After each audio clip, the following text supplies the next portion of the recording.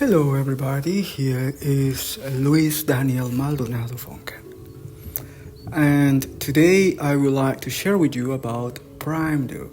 PrimeDo is one of the training programs created using primordial knowledge, primordial geometry. And this specific training program has different forms and that will be for you very familiar if you think about martial arts, self-defense, or conscious movement. In this case, PrimeDo will utilize geometrical patterns to define a sequence of steps, movements that should be very conscious, in which emotions, geometry, feelings, presence plays a very important role.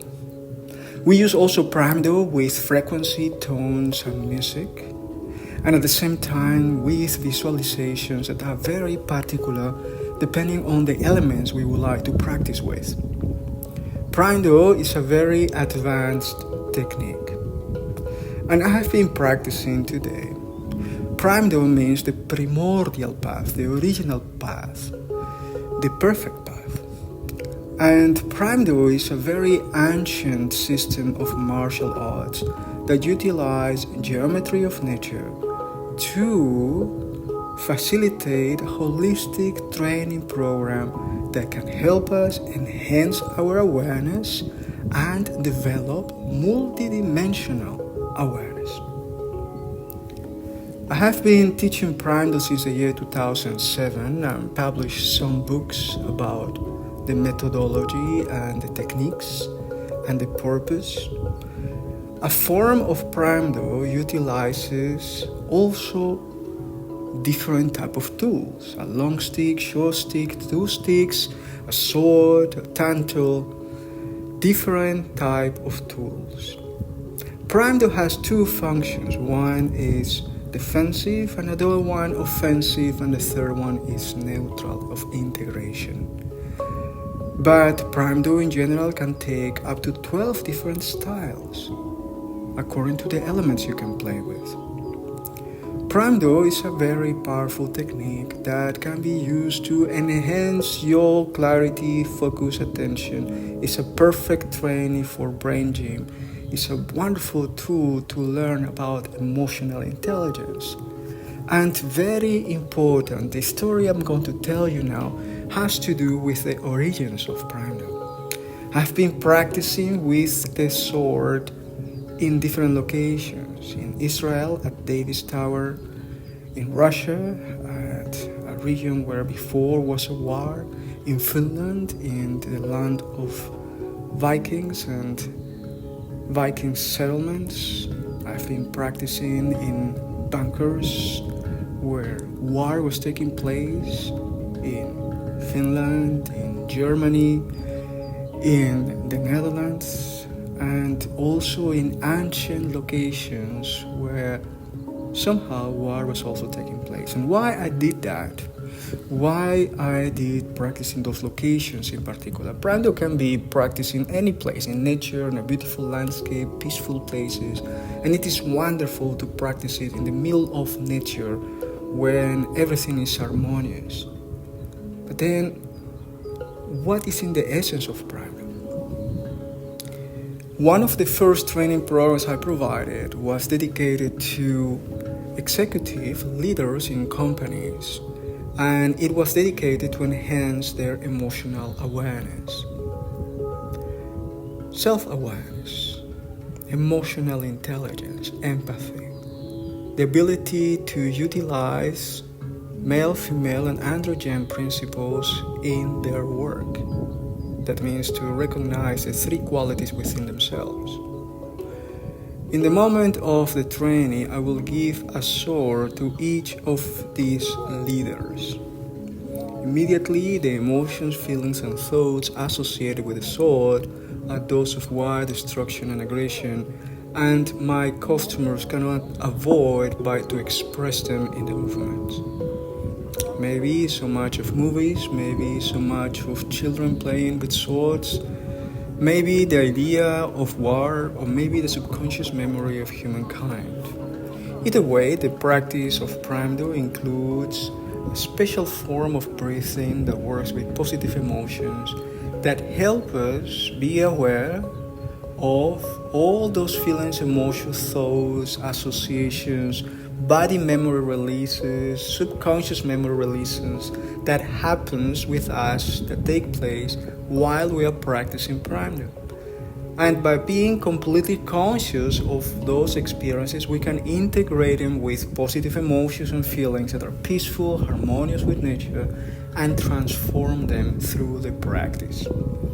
And amazing things happen until you get to an inner space of harmony and peace, while still practicing with the sword in the form of self-defense and in the form of personal growth.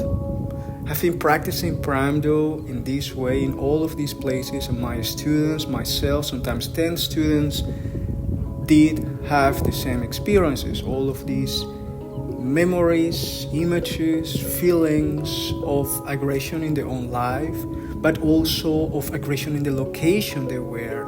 Some of them have images of the time of war associated to the place.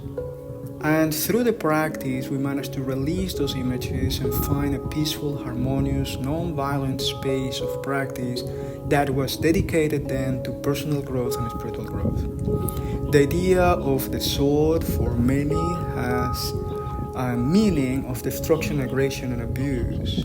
Yet the practice of the sword and any other tool has an essential purpose, in which is to take responsibility of your holistic being, of your power, of your abilities, your capacity, and align it to primordial principles so that you can become an instrument of peace, harmony, caring for nature and for culture.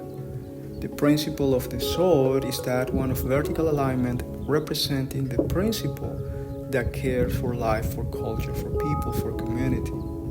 It is not an instrument for destruction and war unless the principle has been corrupted. In this way, there are many other tools that has only the purpose to help us grow and learn about ourselves. This is a very important thing for you to understand. The practice of Pramdo, the practice of the sword with positive emotions, is a practice of transformation, of peace, of harmony, caring for people to resolve the inner conflicts and aggressions, to recover balance, know themselves, grow as a person, and achieve spiritual wisdom. It is not a practice of self-defense, it's not a practice for attacking people, it is not a practice of abuse. But certainly, the practice taken serious can give you the possibility to protect yourself and others if you are skillful with the practice. In the lessons I provide as a founder of the school, of the Pramdo School, I teach people the path of the hero, which is the journey of personal growth, of continuous progress, so that they can achieve further stages of development, integrating all the elements, potentialities that Pramdo gives them, and unleashing their own potential, following a path of spiritual growth and personal growth through the practice of conscious movements, through the practice of martial arts, through the practice of using tools like the sword, the bow, and the arrows. So, the practices I've been doing today have been in a natural reserve close to the area I used to live, and have been also in a small area, a playground with children, where I'm practicing steps on a bridge that is moving. I have in a previous video clip shared something about this experience, how important it is to take time to play, to enjoy. And for me, the practice of Pramdo is a practice of play. And it is for me also of a great joy that most of my students of Pramdo have learned fundamental principles that I hope they're using responsibly today. In this month, as every year, spring is the time that we go back to the forest, probably in Rennen, in the Hebeberg, or in the natural reserve around it, to practice Pramdo in the middle of nature and learn about the principles of nature in the mountain, in the water, in the sea, in the dunes, and one day, if possible, also for you in the snow. Well, I am looking forward to listen to your questions, to your comments, and you're more than welcome to visit me in the Netherlands, in Groningen, to explore Prague.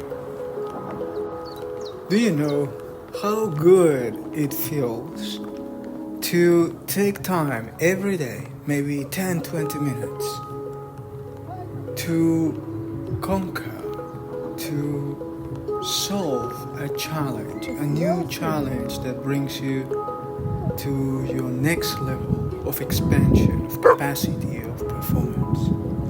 And this is what I'm doing today. So I want to share that with you because I have started a new challenge for myself. I mean, in the last few months, and I continue working with Fractal Time. But that is an ongoing process in which I need to dedicate the complete day to restructure fully my time, the way I perceive and manage time. But the challenge of today, this one of 20 minutes, is new. For many years now, I've been practicing the art of swordsmanship. And with the sword, I've been practicing in all sorts of scenarios. In the forest, in the dunes, underwater, in the ice, on a lake, a frozen lake. I've been practicing on fire, under the rain, in the sand. I've been practicing jumping from different places, in the stairs, in the tables, in stones, in the mountains. I've been practicing so many types of conditions, even practicing in the middle of the night, in walks in the darkest of the forests. Yet, I found today, very close to the place I am living,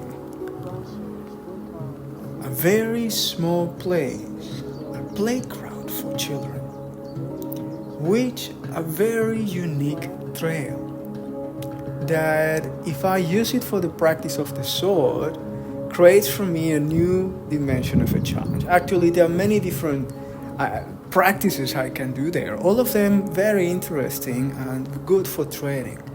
But this one is very particular. So far, I've been practicing always in soils, in a ground that is stable. I may need to jump from one to the other one. I may need to climb or run. Practicing on ice in a frozen lake was also very interesting because it was slippery, but still was a stable ground. Today I've been practicing in the playground of children in something similar to a bridge, in which these little hanging steps of the bridge are balancing, are moving. The bridge is made probably for kids between 6 to 12 years old.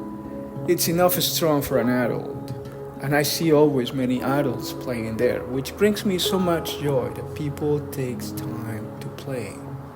And today I was there playing, and I was with my sword. I was practicing walking on that bridge and feeling how my ground was balancing in all sorts of directions.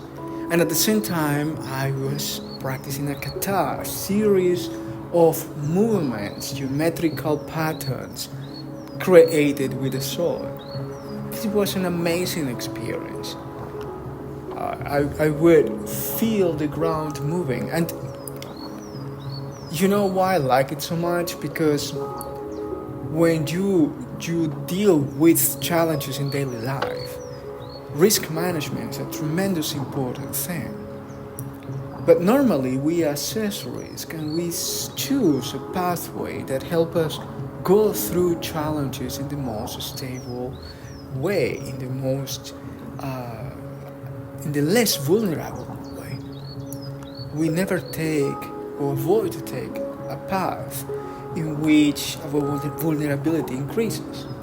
This is certainly not the approach of solopreneurs that need by all means to go through a great deal of vulnerabilities because that is how their lifestyle is.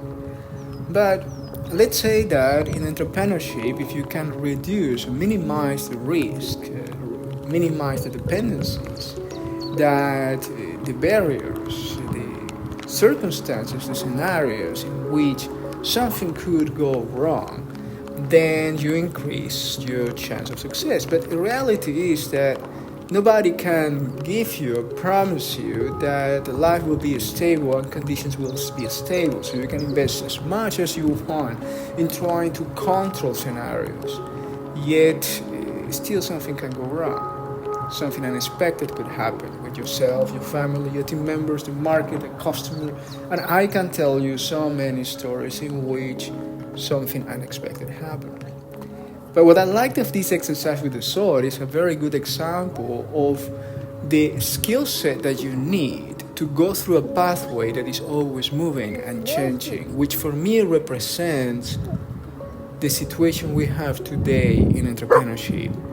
Not only with emerging technologies, but with a society changing, with people changing the mindset and approaches for life, with a great instability and uncertainty and changes that are so fast and transitions that are so clear that we know they are happening and coming, and everybody expecting and wanting to have a life with certain quality. Not only quality of time and quality of life, but a quality of connection with people.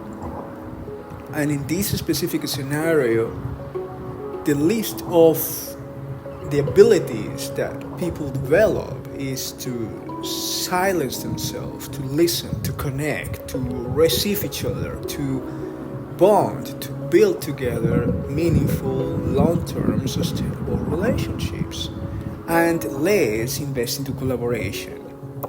And I think this exercise today, which is an exercise I will try to do in the following days, is a very good metaphor of the scenario we are experiencing worldwide today. We're passing through a bridge that is moving, and we need to keep balance. We need to keep moving forward. Our ability to move in a certain rhythm and speed need to be coordinated with our ability to create technical movements that protect us, help us move forward, and at the same time allow us to create, to collaborate, to build up. And this sequence of movements, this kata, this series of actions, tactics, and strategies should be leading us to the outcome we are looking for. So while we are trying to do that, everything changes and moves, and the ground is never the same. But what is the same, what is always there is you, your presence. While you changing all the time, your intention, your inner stability, your ability to adapt yourself should stay present, should stay in flow, should stay growing, learning. And I think this is the reason why I love this 20 minutes challenge, is because if you can look deeply into the experience, you can always see a metaphor in your daily life.